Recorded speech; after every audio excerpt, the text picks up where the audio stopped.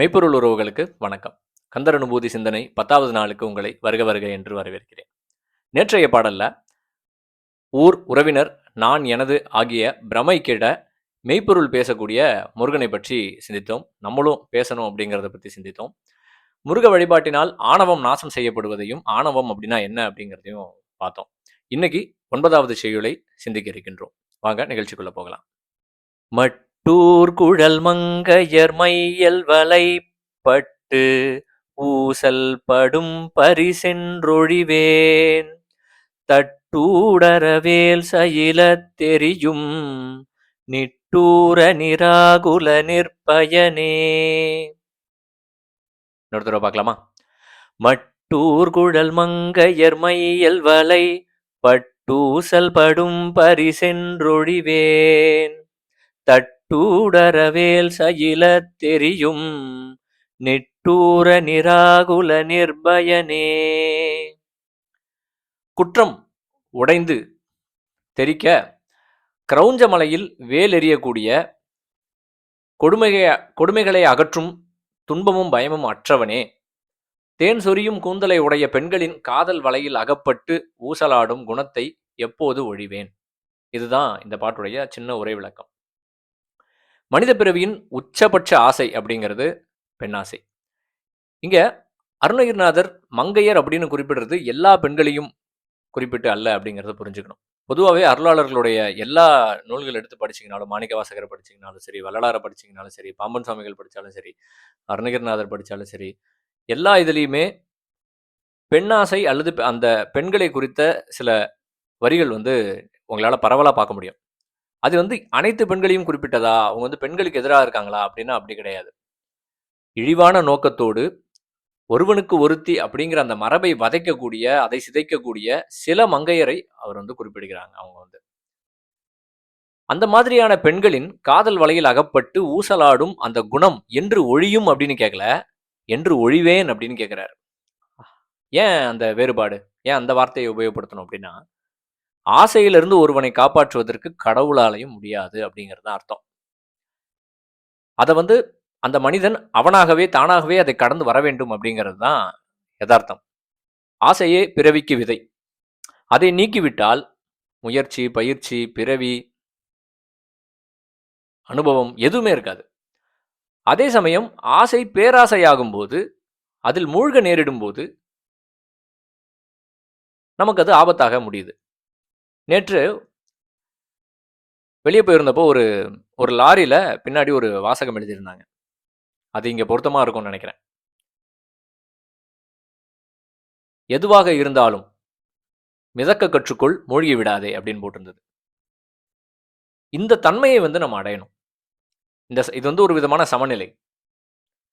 அப்போ அதை கடப்பதற்கு நம்ம என்ன செய்யணும் அப்படின்னா, மெய்ப்பொருள் பேச வேண்டும், ஆத்ம விசாரம் செய்ய வேண்டும், அதிகமாக காது கொடுத்து கேட்க வேண்டும், கடவுள் நம்பிக்கை வேண்டும், அதுல ஒரு தெளிவு வேண்டும். இது எல்லாத்தையும் கொடுப்பது உண்மையான எளிமையான வழிபாடு. நம்ம இதுவரை பார்த்த பாடல்கள்ல அடிக்கடி இந்த கிரௌஞ்ச மலையை வேல் விட்டு தூளாக்கிய வரலாறை நம்ம பார்க்கிறோம்.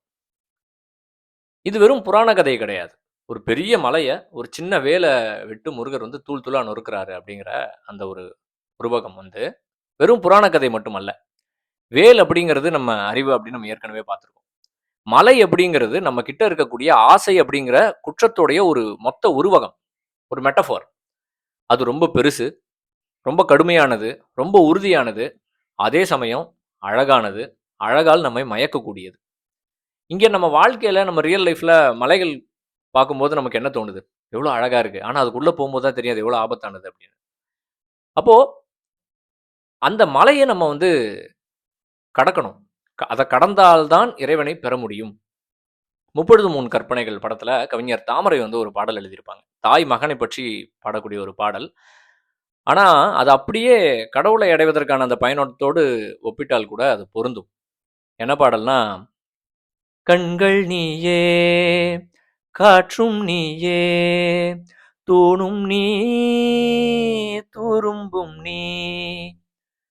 ஒருவேளை அவங்க கடவுளை பற்றிய அந்த அந்த உருவகத்தோட ஒப்பிட்டு இந்த பாட்டு எழுதுனாங்களான்னு தெரியல. இந்த பாட்டுல ஒரு வரி வரும், கடல் 5 மலை 500 இவை தாண்டித்தானே உன்னை பெற்றேன்.